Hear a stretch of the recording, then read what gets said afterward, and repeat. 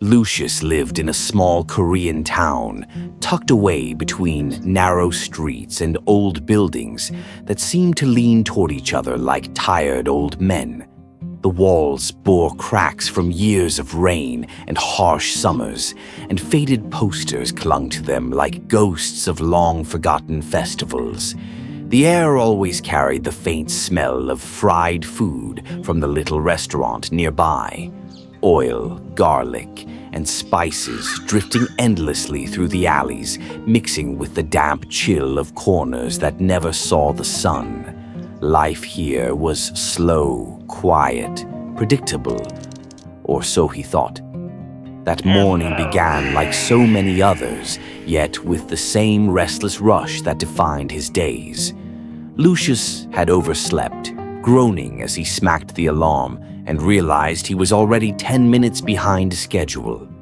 He stumbled into his tiny kitchen, the floor cool beneath his bare feet, and lit the old frying pan. The sizzle of bacon filled the air almost instantly, and the smoky, salty aroma spread through the apartment.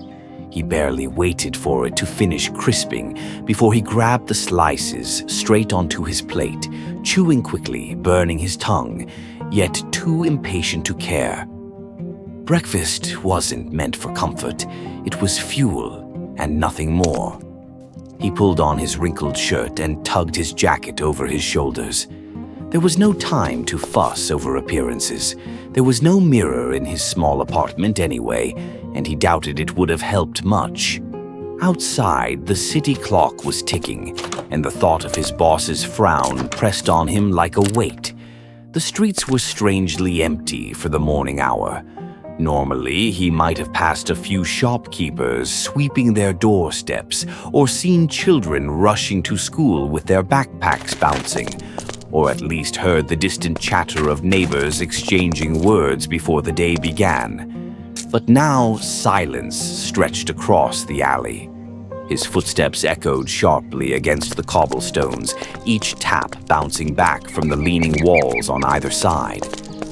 Lucius shoved his hands into his pockets and walked faster, the cool breeze slipping between the buildings and tugging at his jacket.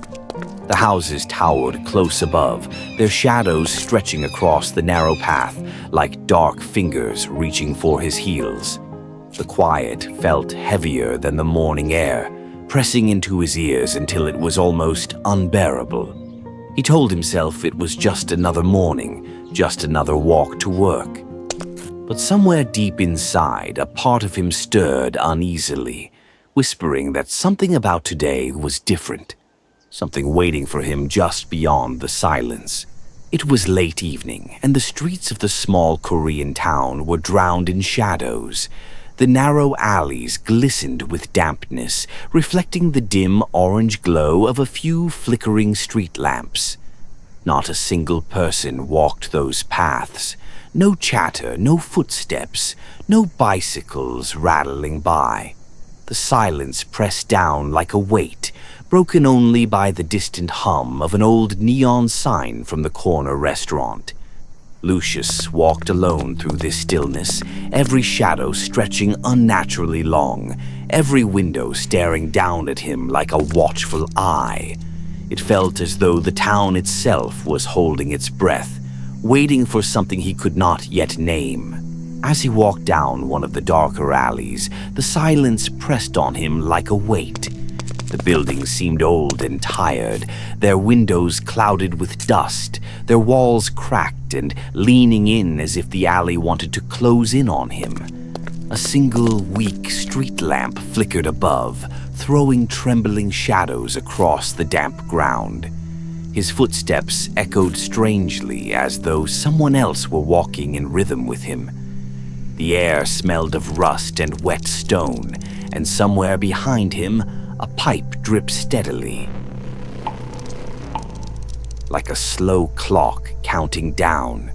He rubbed his arms quickly, but the rough cotton of his beige checkered shirt gave little warmth.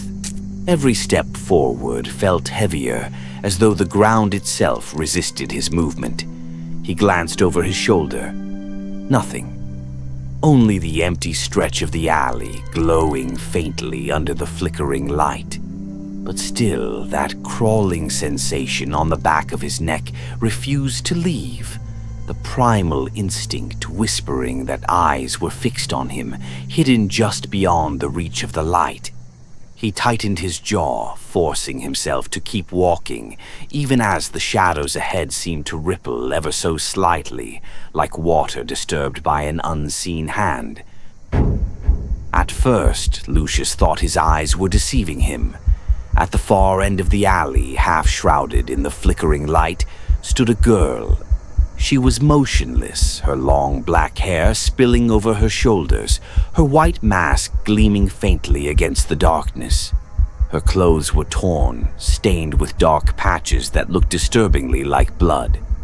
She didn't move. She only watched him. Lucius froze in place, his throat tightening. The silence pressed heavier with every passing second. It was as though the night itself leaned closer, waiting for what she would do. Then, without warning, she moved. Her steps were sudden, unnervingly fast, carrying her closer in a blur of red and white. In the blink of an eye, she was standing just a few feet away, her mask tilted slightly, her bright eyes locked onto his. Lucius staggered back, his heels scraping against the uneven stones. His breath caught in his chest, his body screaming to run, but his legs refusing to obey. That was when her voice broke the silence, soft, almost melodic, yet carrying a razor's edge that sent a chill straight down his spine. Am I beautiful? Lucius's mouth went dry. He forced himself to answer, his voice shaky. Yeah, you're beautiful. For a moment, she was still. Then, slowly, her hand reached up to the mask. With an almost graceful motion, she pulled it away. Beneath it was a face that should not exist. Her mouth split from ear to ear, jagged scars stretching across her cheeks like cruel carvings. Her lips curled into something that was not a smile, but a wound made into expression. And now? She asked, her voice still soft, almost tender, as though she expected affection. Am I beautiful now? Lucius's mind raced. He remembered the stories whispered by old neighbors, the warnings about the woman in the white mask. He knew the rules. If he said no, she would kill him. If he said yes, she would mark his face forever. His pulse thundered in his ears. He needed another answer, something she would not expect. You... he stammered, forcing the words past his dry lips. You look... average. Not beautiful, not ugly. Just... normal. The woman's head tilted sharply, as though she had never heard those words before. Her eyes widened behind the bloody strands of her hair. For the first time, she did not move to strike. Silence stretched. Then, with an eerie, breathless laugh, she stepped back into the shadows.